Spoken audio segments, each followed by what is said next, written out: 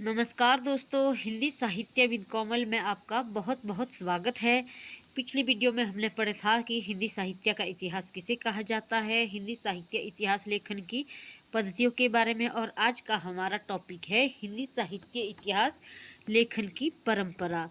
हिंदी साहित्य के इतिहास लेखन का सबसे पहला प्रयास फ्रेंच विद्वान गार्सा दतासी ने किया। इनके द्वारा लिखी गई रचना का नाम है इस्तवार द ला लिटरेचर एंडुए हिंदुस्तानी। इन्होंने अपनी पुस्तक की रचना फ्रेंच भाषा में की है। यह पुस्तक 2 भागों में विभक्त है। इसका प्रथम प्रकाशन 1839 ईस्वी तथा 1847 ईस्वी में हुआ। यह ग्रेट ब्रिटेन और आयरलैंड की प्राचीन अनुवादक समिति की ओर से पेरिस में मुद्रित किया गया। यह ग्रंथ द्वितीय संस्करण में 3 भागों में विभक्त हो गया, जिसका प्रकाशन सन 1871 ईस्वी में हुआ। इसमें उर्दू और हिंदी के 738 कवियों का विवरण अंग्रेजी वर्णाक्रमानुसार दिया गया है, जिसमें हिंदी के 72 तथा शेष उर्दू के हैं। डॉक्टर लक्ष्मी सागर वार्ष्णेय ने इसका हिंदी अनुवाद हिंदुई साहित्य का इतिहास नाम से प्रकाशन सन 1952 ईस्वी में कराया। हिंदी साहित्य लेखन का सबसे पहला प्रयास किसने किया है? फ्रेंच का विद्वान गार्सा दतासी ने किया है। इनकी रचना का नाम क्या है? इस्तवार द ला लिटरेचर एंडुए हिंदुस्तानी है। यह 2 भागों में विभक्त है, जिसका प्रथम प्रकाशन सन 1839 ईस्वी तथा 1847 ईस्वी में हुआ है। यह कहाँ से प्रकाशित हुई है? यह ब्रिटेन और आयरलैंड की प्राचीन अनुवादक समिति की ओर से पेरिस में मुद्रित किया गया है। और यह ग्रंथ द्वितीय संस्करण में 3 भागों में विभक्त हो गया, जिसका प्रकाशन सन 1871 ईस्वी में हुआ है। इसमें टोटल कितने कवियों का विवरण है? 738 कवियों का है, जिसमें से हिंदी के कुल 72 कवि है तथा शेष उर्दू के हैं। डॉक्टर लक्ष्मी सागर वार्ष्णेय ने तासी के ग्रंथ का हिंदी अनुवाद हिंदुई साहित्य का इतिहास नाम से सन 1952 में कराया है। दूसरे नंबर पर आता है हमारा भाषा काव्य संग्रह। हिंदी साहित्य इतिहास लेखन की परंपरा में हिंदी भाषा में लिखा गया प्रथम ग्रंथ श्री महेश दत्त शुक्ल द्वारा रचित भाषा काव्य संग्रह है, जिसका प्रकाशन सन 1873 ईस्वी में नवल किशोर प्रेस लखनऊ से हुआ है। तीसरे नंबर पर आता है हमारा शिव सिंह सरोज। शिव सिंह सेंगर ने शिव सिंह सरोज नाम से हिंदी भाषा में दूसरा महत्वपूर्ण इतिहास ग्रंथ रचा है। शिव सिंह सरोज का प्रकाशन सन 1883 ईस्वी में हुआ है। शिव सिंह सरोज में 838 भाषा कवियों का जीवन चरित्र तथा उनकी कविताओं के उदाहरण दिए गए हैं। शिव सिंह सेंगर के बाद आता है the modern vernacular literature of northern Hindustan. सन 1888 ईस्वी में एशियाटिक सोसाइटी ऑफ बंगाल की पत्रिका के विशेषांक के रूप में ग्रियर्सन द्वारा रचित the modern vernacular literature of northern Hindustan का प्रकाशन हुआ। विद्वानों ने इसे सही अर्थों में हिंदी साहित्य का पहला इतिहास ग्रंथ माना है। विद्वानों ने क्या किया है? इसको सही अर्थों में हिंदी साहित्य के इतिहास का पहला ग्रंथ माना जाता है। Modern vernacular literature of Hindustan को ग्रियर्सन ने अपने ग्रंथ में 952 कवियों को शामिल किया है। और इसका भी हिंदी अनुवाद किया है डॉक्टर किशोरी लाल गुप्त ने। Modern vernacular literature of Hindustan का अनुवाद किया है हिंदी साहित्य का प्रथम इतिहास शीर्षक के नाम से सन 1957 ईस्वी में। 16वीं-17वीं शताब्दी के युग भक्ति काल को हिंदी काव्य का स्वर्ण युग मानना ग्रियर्सन की एक बहुत ही महत्वपूर्ण उपलब्धि मानी जाती है। इसके बाद आता है मिश्रबंधु विनोद नामक इतिहास ग्रंथ की रचना की है। मिश्रबंधु विनोद की रचना किसने की है? मिश्रबंधु ने।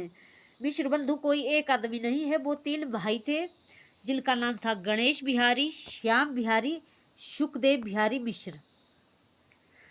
मिश्रबंधु विनोद 4 भागों में विभक्त है, जिसके प्रथम 3 भाग का प्रकाशन सन 1913 ईस्वी में तथा चतुर्थ भाग 1934 ईस्वी में प्रकाशित हुआ है।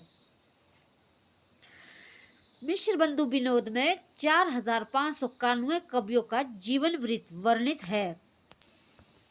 इसके बाद आता है हिंदी साहित्य का इतिहास, जो कि लिखा है आचार्य रामचंद्र शुक्ल द्वारा। हिंदी साहित्य का इतिहास लेखन की परंपरा में आचार्य रामचंद्र शुक्ल द्वारा रचित हिंदी साहित्य का इतिहास, इसका स्थान सर्वोच्च है। आचार्य शुक्ल का इतिहास मूलतः नागरी प्रचारणी सभा द्वारा प्रकाशित हिंदी शब्द सागर की भूमिका के रूप में हिंदी साहित्य का विकास के नाम से सन 1929 ईस्वी में प्रकाशित हुआ। हिंदी साहित्य के इतिहास में 1000 कवियों और लेखकों को शामिल किया गया है। आचार्य रामचंद्र शुक्ल ने शिव सिंह सेंगर, जॉर्ज ग्रियर्सन तथा मिश्र बंधुओं के इतिहास को कवि वृत्त संग्रह की संज्ञा दी है। अगला हमारा महत्वपूर्ण ग्रंथ है हिंदी साहित्य का आलोचनात्मक इतिहास। हिंदी साहित्य का आलोचनात्मक इतिहास नामक पुस्तक डॉक्टर राजकुमार वर्मा ने लिखी है, जिसका प्रकाशन सन 1938 ईस्वी में हुआ। इसमें केवल आदिकाल व भक्ति काल 693 ईस्वी से लेकर 1697 ईस्वी तक की अवधि को ही स्थान मिला है। आगे का भाग वे नहीं लिख पाए। डॉक्टर वर्मा ने स्वयंभू को, जो कि अपभ्रंश के सबसे पहले कवि है, हिंदी का पहला कवि मानते हुए हिंदी साहित्य का आरंभ 693 ईस्वी स्वीकार किया है। अगला हमारा महत्वपूर्ण ग्रंथ है हिंदी साहित्य की भूमिका। हजारी प्रसाद द्विवेदी ने कोई स्वतंत्र इतिहास ग्रंथ नहीं लिखा, किंतु उल्लिखित तीनों ग्रंथ साहित्य इतिहास संबंधी ही है एवं इनमें एक निश्चित साहित्य इतिहास दृष्टि भी मिलती है। हजारी प्रसाद द्विवेदी ने 3 ऐतिहासिक ग्रंथों की रचना क्रमशः हिंदी साहित्य की भूमिका 1940, हिंदी साहित्य उद्भव और विकास 1952 और हिंदी साहित्य का आदिकाल 1952 नाम से की है। अगला हमारा महत्वपूर्ण ग्रंथ है हिंदी साहित्य का वैज्ञानिक इतिहास। हिंदी साहित्य का वैज्ञानिक इतिहास ग्रंथ की रचना डॉक्टर गणपति चंद्र गुप्त ने 1965 ईस्वी में की।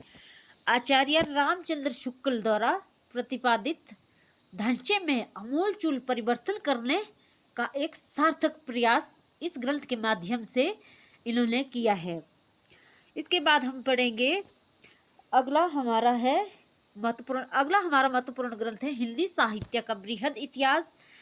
नागरी प्रचारणी सभा से हिंदी साहित्य का बृहद इतिहास का प्रकाशन 1965 में 16 खंडों में हो चुका है। अगला हमारा महत्वपूर्ण ग्रंथ है हिंदी साहित्य का दूसरा इतिहास, जो कि बच्चन सिंह ने 1996 में लिखा है। अगला हमारा महत्वपूर्ण ग्रंथ है हिंदी साहित्य का आधा इतिहास, जो कि सुमन राजे ने लिखा है। हिंदी साहित्य के अन्य महत्वपूर्ण ग्रंथ है ए स्केच ऑफ हिंदी लिटरेचर 1917, जो कि लिखा है एडवन ग्रीव्स ने। The history of Hindi literature 1920, जो कि लिखा है FEK ने। हिंदी भाषा एवं साहित्य 1930, ये लिखा है श्याम सुंदर दास ने 1930 में।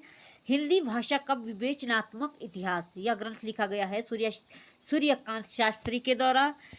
हिंदी भाषा और साहित्य का विकास 1931, ये किसने लिखा है? अयोध्या सिंह उपाध्याय हरिओद ने।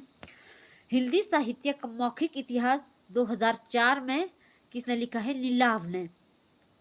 हिंदी साहित्य का ओझल नारी इतिहास लिखा है 2012 में, जो कि नीरजा माधव के द्वारा लिखा गया है।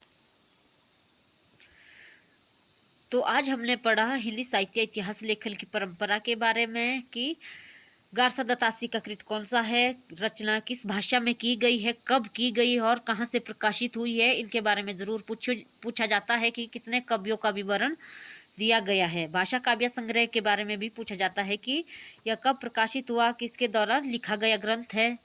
ये सारे इम्पोर्टेंट ग्रंथ हैं जो कि हमारे को पढ़ने पड़ेंगे।